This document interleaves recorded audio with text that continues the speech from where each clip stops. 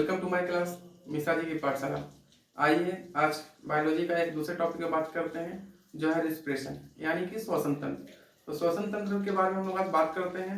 इसके हम देखते हैं क्या क्या हम लोग को श्वसन तंत्र में होता है। तो सबसे पहले तो रिस्पिरेशन दो तरह का होता है। कितने तरह का? दो तरह का। कौन कौन होगा? देखिए, एरोबिक और अनएरोबिक।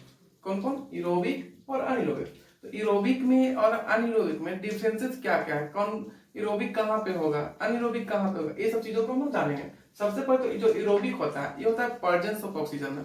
कब? जब ऑक्सीजन रहेगा तब। और जो अनएरोबिक होता है ये अब्सेंस ऑफ ऑक्सीजन होगा। कहाँ होगा? Absence of oxygen. एरोबिक मतलब प्रेजेंस ऑफ ऑक्सीजन, अनएरोबिक मतलब अब्सेंस ऑफ ऑक्सीजन। इसके बाद ये जो होता है हम लोग को माइटोकॉन्ड्रिया में होता है। कहाँ होता है? एरोबिक माइटोकॉन्ड्रिया में। अनएरोबिक कहाँ होगा? तो साइटोप्लाज्म में होगा। कहाँ होगा? साइटोप्लाज्म में। इसका जो प्रोडक्ट है, जो प्रोडक्ट देता है, जब हम लोग एरोबिक एक्सप्रेशन करते हैं ये रिस्पिरेशन, तो क्या होगा? तो हम लोग को जो प्रोडक्ट मिलेगा होगा CO2 plus H2O, carbon dioxide और वाटर। इसमें क्या होता है कि इसमें जो होता है हम लोग को मिलता है दो चीज, एक अल्कोहल एक lactic acid. Option of oxygen में क्या मिलेगा? अल्कोहल और लैक्टिक एसिड। इसमें होता है क्या ना कि ज्यादा एनर्जी रिलीज करता है। जब एरोबिक रिस्पिरेशन हम लोग करते हैं तो हम लोग को एनर्जी ज्यादा मिलता है, ज्यादा एनर्जी को ये रिलीज करता है, लेकिन इसमें कम एनर्जी रिलीज होता है। क्या होता है इसमें? कम एनर्जी रिलीज होगा। तो आई होप कि आप लोग एरोबिक और अनएरोबिक समझ गए होंगे।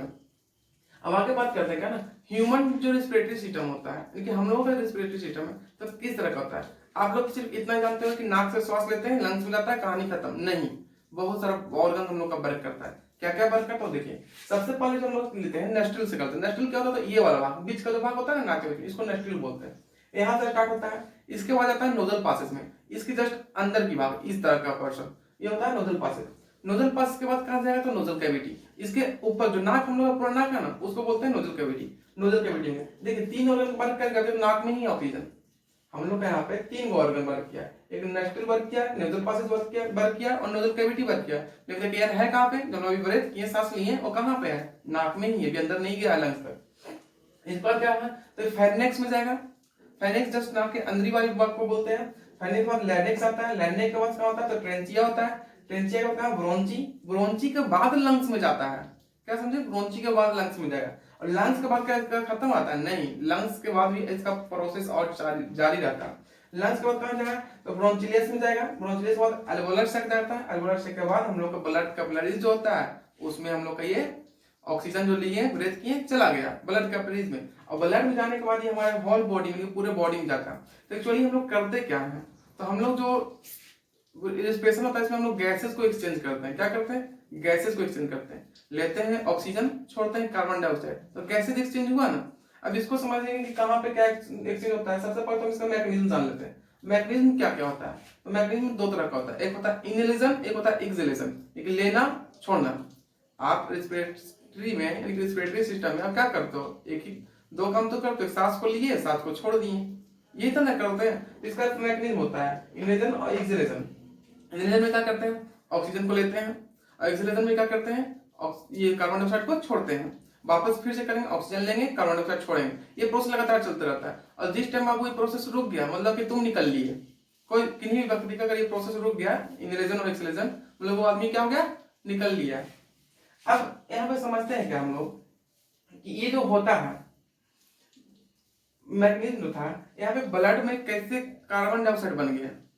आखिर जो हमारा ऑक्सीजन था शरीर में तो गया जरूर, ये निकला जब वो तो कार्बन डाइऑक्साइड बन गया। गया ऑक्सीजन और निकला कार्बन डाइऑक्साइड। ये जादू कहाँ हुआ? जादू हुआ ना कि कैसे चेंज हो गया ऑक्सीजन से कार्बन डाइऑक्साइड। जादू हुआ कहाँ पे? उसको समझिएगा। लेकिन सबसे पहले करते हैं क्या? एयर को हम लोग लेते हैं यानी कि ऑक्सीजन को, वो जाता कहाँ? तो ये सारे ऑर्गन से होते हुए जाता है ब्लड में, जाता है ना। ब्लड में जाने के बाद हम लोग को ब्लड दो तरह का होता है, आपको पता होगा कि एक होता है आरबीसी, एक होता है डब्ल्यूबीसी। तो ये जो ऑक्सीजन होता है ना आरबीसी में जाता है। कहाँ जाता है? आरबीसी में जाएगा ऑक्सीजन। आरबीसी में जाने के बाद ये कहाँ जाएगा? तो ये जो O2 है हमारे टिश्यू में चला गया, क्योंकि ब्लड तो पूरे बॉडी में ट्रांसपोर्ट करता है ना। ये ब्लड की कैसे क्या ट्रांसपोर्टेशन होता है इसको जब आप लोग को सर्कुलेशन पढ़ाते रहेंगे उस टाइम में हम बता देंगे पूरे इसको, लेकिन फिलहाल हम लोग इसके बारे में जानते हैं, ऑक्सीजन के बारे में। तो ये ब्लड से कहाँ चला गया? ब्लड के साथ साथ टिश्यू में गया। तो यहाँ पे ये ऑक्सीजन का खानी खत्म, टिश्यू तक जाकर के ऑक्सीजन रुक जाता है। अब इसके बाद वापस इनहेलेशन का प्रोसेस समाप्त हो गया ये। अब वापस ये आएगा ब्लड, तो ये कौन सा प्रोसेस स्टार्ट होगा? तो एक्सेलेशन वाला। तो एक्सेलेशन प्रोसेस के लिए क्या होता है कि जो CO2 था कहाँ से निकलेगा?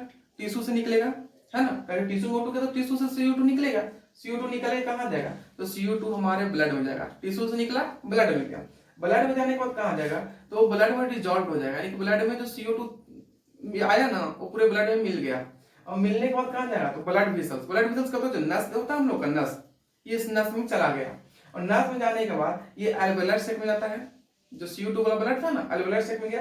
एल्वेलर सेक के बाद ये ब्लड हम लोग को एटमॉस्फेयर में नेस्ट्रल के थ्रू, ये नाक के थ्रू बाहर वापस CO2 आ गया। यानी कि जादू कहाँ हुआ था? गैसेज एक्सचेंज हुआ। O2 से CO2 कहाँ पे जादू हुआ? ये टिश्यू में हुआ। गैसेज कहाँ एक्सचेंज होता है? टिश्यू में। और टिश्यू के छोटे छोटे पार्टिकल्स को सेल बोलते हैं कि हर एक सेल तक हमारा रहता है। तो जादू तो सेल में हम सेल भी बोल सकते हैं, टिश्यू भी बोल सकते हैं, कोई दिक्कत नहीं। एक group of cell is called tissue. अब आगे देखते हैं कि जो ये जो होता है दो तरह का होता है। एक होता है टेरेस्ट्रियल ऑर्गेनिज्म। ऑर्गेनिज्म जो होते हैं सांस लेने वाले, रिस्पिरेशन करने वाले, दो तरह के होते हैं। एक टेरेस्ट्रियल होते हैं, एक एक्यूटिक होते हैं। तो टेरेस्ट्रियल किसको कहेंगे? टेरेस्ट्रियल हम उसको कहेंगे जो एटमॉस्फेयर से लेता है। कहां से लेता है? जो एटमॉस्फेयर से लेता है उसको टेरेस्ट्रियल कहते हैं। ये जो पानी पर डिजॉल्व लेता है, डिजॉल्व ऑक्सीजन को, जैसे मछली वगैरह ऑक्सीजन कहाँ लेती है? ऊपर, पानी के ऊपर आके लेती है? नहीं ना, पानी के अंदर अंदर तैरते रहेगी, ऑक्सीजन लेगी। यानी कि ऑक्सीजन उसको भी जरूरत है। जितना भी लिविंग ऑर्गेनिज्म है सारे को ऑक्सीजन की जरूरत है। ये ऑक्सीजन वो लेते हैं कहाँ? जो पानी में डिजॉल्व ऑक्सीजन है उसको लेते हैं। आप लोग वाटर का तो इस्तेमाल होता है ना, H2O, मतलब कि यहाँ पे ऑक्सीजन है कि नहीं है? वो है तो ऑक्सीजन है। तो ऑक्सीजन, इसी ऑक्सीजन को मछली वगैरह जो एक्यूटिक एनिमल होते हैं जो ले लेते हैं, तो उनको हम लोग बोलते हैं एक्यूटिक ऑर्गेनिज्म। और जो एटमॉस्फेयर से लेंगे, यानी कि हम लोग हैं तो हम लोग कहाँ है? पानी में है, मिट्टी में है? नहीं, हम लोग एटमॉस्फेयर में खड़ा है, यहाँ सांस ले रहे हैं, सांस छोड़ रहे हैं, इनहेल कर रहे हैं, एक्सहेल कर रहे हैं, तो हम लोग क्या हो जाएंगे? Terrestrial organism. तो यहाँ तक आप लोगों को समझ में आ गया होगा, उम्मीद है कि। अगर कहीं पे समझ में नहीं गया होगा तो आप कमेंट बॉक्स में कमेंट कर दीजिएगा। कोई और भी टॉपिक पे आप लोग को जानकारी चाहिए हो तो उसमें आकर के आप कमेंट कीजिएगा, हम उस टॉपिक को क्लियर कर देंगे। मिलते हैं अगले वीडियो में, तब तक के लिए जय हिंद।